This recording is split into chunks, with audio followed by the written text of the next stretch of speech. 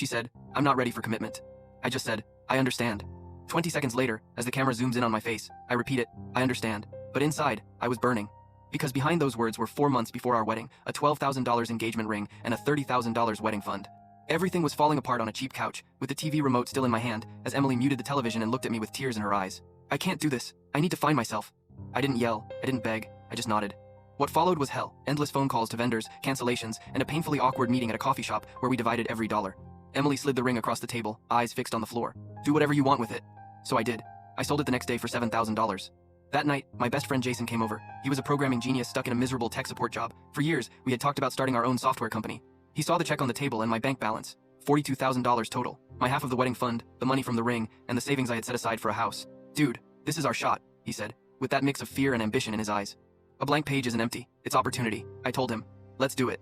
For 6 months, we survived on cold coffee, cheap pizza, and pure adrenaline, working out of my spare bedroom. We took on ridiculously underpaid projects just to build a portfolio. That money kept us alive. Slowly, it worked. We landed bigger contracts, and by the end of the first year, we had our own office. By the second year, employees. Emily disappeared from my radar. I blocked her everywhere. I heard she was traveling through Asia with an artist boyfriend, finding herself. I was busy building something real. Until a local blog published an article about our success as a rising startup. A photo of me and Jason, exhausted but proud. Minutes later, my phone buzzed. Unknown number. A message. I saw the article. "You look good." It didn't stop there. Another message, and another. "I've been thinking about us. I made a mistake." I ignored them, until she showed up at a tech meetup, crying in a hallway, saying she had thrown away the only real thing in her life. "I want to be part of this, your partner in every way."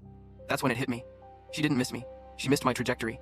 I told her, "Emily, you forfeited your right to be part of my life. You wanted independence. I gave you that. Now respect my decision." Her tears shut off like a faucet. Her voice changed. "That was our wedding money, our future." "No, it was money in a joint account we split legally. You used your half for Thailand, I used mine for this."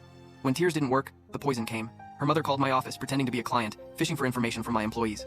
Then she sent anonymous emails to our clients accusing me of stealing money from a vulnerable bride. I had to personally explain to every client that it was harassment from an ex. They backed me, but the damage was done. Then came the worst part. Emily sued me. Not for the company, but for her, $15,000 plus emotional damages. My lawyer smiled like a shark. We had everything. Recordings of her fraudulent calls, proof of her travels with that money, receipts, bank statements. Her case collapsed in court. The judge not only dismissed it, but ordered her and her mother to pay my legal fees over $20,000. The money she tried to take from me turned into a debt she owed me. 2 years later, I heard from friends that Emily's family had to mortgage their house to pay me. She moved back in with her parents, works in a retail store for minimum wage, and every month sends me a court-ordered payment. Today, my company has 18 employees and a reputation for integrity. I'm engaged to Lauren, a structural engineer who understands what it means to build solid foundations. When I told her this story, she smiled and said, "Good thing you document everything."